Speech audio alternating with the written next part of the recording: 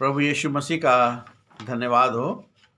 आज का जो मेरा टॉपिक है वो है, जो विश्वास करेगा उसे अनंत जीवन मिलेगा। Everyone who believes have eternal life, जो कि यूहन्ना की इंजील उसके 3 अध्याय 13 से 15 के में पाया जाता है। जॉन 3:13-15। यहाँ पे परमेश्वर के वचन में इस प्रकार से लिखा हुआ है कि जो कोई स्वर्ग पर नहीं चढ़ा, केवल वही जो स्वर्ग से उतरा, अर्थात मनुष्य का पुत्र।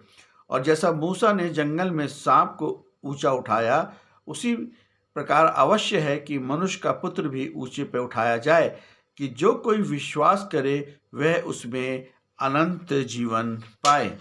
यहाँ पे परमेश्वर के का वचन जो है, सामर्थी वचन जो है, बड़ी एक अनंत जीवन की हमें आशा की ओर ले जा रहा है। ये वचन यीशु मसीह की पहचान और उसके पृथ्वी पर आने के उद्देश्य को स्पष्ट करता है। इसे समझने के लिए पुराने नियम यानी गिनती की पुस्तक उसका 21 अध्याय 4 से 9 की घटना को देखना होगा।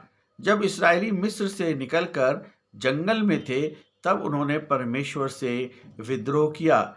दंडस्वरूप वहां जहरीले सांप आ गए और जिसके काटने से वे लोग मरने लगे। और जब क्षमा मांगी तो परमेश्वर ने मूसा को एक पीतल का सांप बनाकर खंबे पर लटकाने को कहा, और जो कोई उस सांप को विश्वास के साथ देखता था वह जहर के असर से बच जाता था और जीवित रहता था। यहाँ पहली बात जो हम यहाँ पे सीखते हैं कि मनुष्य का पुत्र और स्वर्ग का अधिकार।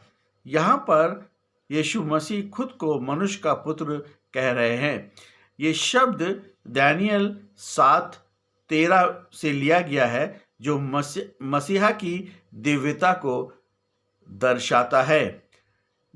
7:13 में इस प्रकार से लिखा हुआ है कि मैंने दर्शन में रात को देखा कि मनुष्य के पुत्र के समान कोई आकाश के बादलों के साथ आ रहा था, और वह अनादिकाल के प्राचीन तक पहुंचा और वह उसके सम्मुख लाया गया।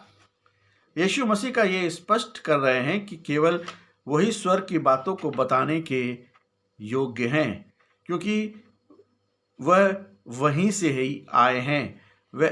वह कोई साधारण नहीं, बल्कि स्वयं परमेश्वर के द्वारा भेजे गए हैं, और वे स्वयं परमेश्वर हैं। मनुष्य अपनी मेहनत, अपने ज्ञान के बल पर उद्धार नहीं पा सकता। यीशु जो कि स्वर्ग में है, वही हमें अनंत जीवन में और स्वर्ग के राज्य में ले जा सकता है। क्रूस और पीतल के सांप की समानता इस प्रकार से है कि जिस तरह पीतल का सांप लकड़ी पर लटकाया गया था, वैसे ही यीशु मसीह को क्रूस पर चढ़ाया जाना था। दूसरी बात हम लोग यहाँ पे सीखते हैं कि पाप का जहर, बाइबल के अनुसार पाप एक जहर की तरह है जो आत्मिक मृत्यु को लाता है। पाप भी फैलता है। जब एक पाप जो है एक से दूसरे और दूसरे से तीसरे के जीवन में फैलता है, और इसी प्रकार उद्धार भी एक से लेकर के दूसरे और दूसरे से लेकर तीसरे में फैलता है, जैसे जैसे लोग विश्वास करने लगते हैं। जैसे इस्राएलियों को केवल उस खंबे की ओर देखना था, वैसे ही मनुष्यों को केवल यीशु मसीह के बलिदान पर विश्वास करना था, उसकी कृपा की ओर देखना था, उसके क्रूस की ओर देखना था। तीसरी बात यहाँ पे हम देखते हैं कि अनंत जीवन का अर्थ केवल मृत्यु के बाद स्वर्ग जाना नहीं, बल्कि परमेश्वर के साथ एक अटूट और जीवित संबंध में प्रवेश करना है। पुराने नियम में सांप का काटना शारीरिक मृत्यु, नए नियम में पाप एक आत्मिक मृत्यु है। पीतल का सांप खंबे पर और नए नियम में यीशु मसीह का क्रूस पर गए। पुराने नियम में सांप की ओर देखना और नए नियम में यीशु मसीह पर विश्वास करना है।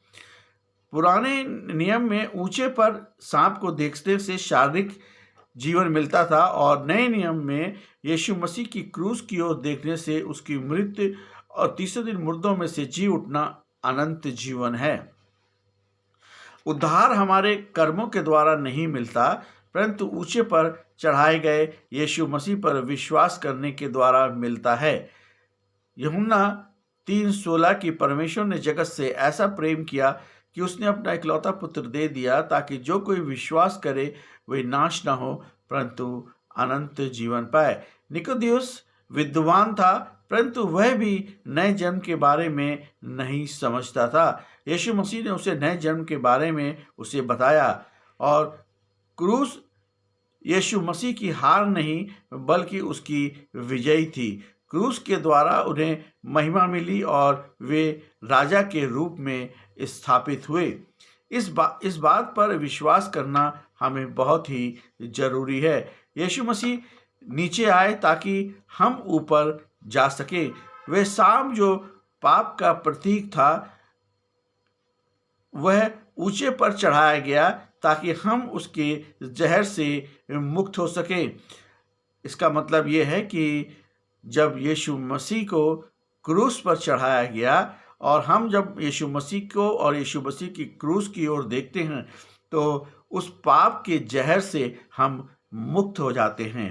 हमारे अंदर के जहर व्यभिचार, अशुद्धता, कामुकता, मूर्ति पूजा, जादू टोना, बैर, झगड़ा, ईर्ष्या, क्रोध, मतभेद, फूट, दलबंदी, द्वेष, मतवालापन से हमें छुटकारा देने के लिए यीशु मसीह स्वर्ग से उतरकर पृथ्वी पर आए ताकि मनुष्य एक आत्मिक जीवन जी सके, अपने को तैयार कर सके ताकि मनुष्य स्वर्ग के राज्य में प्रवेश कर सके।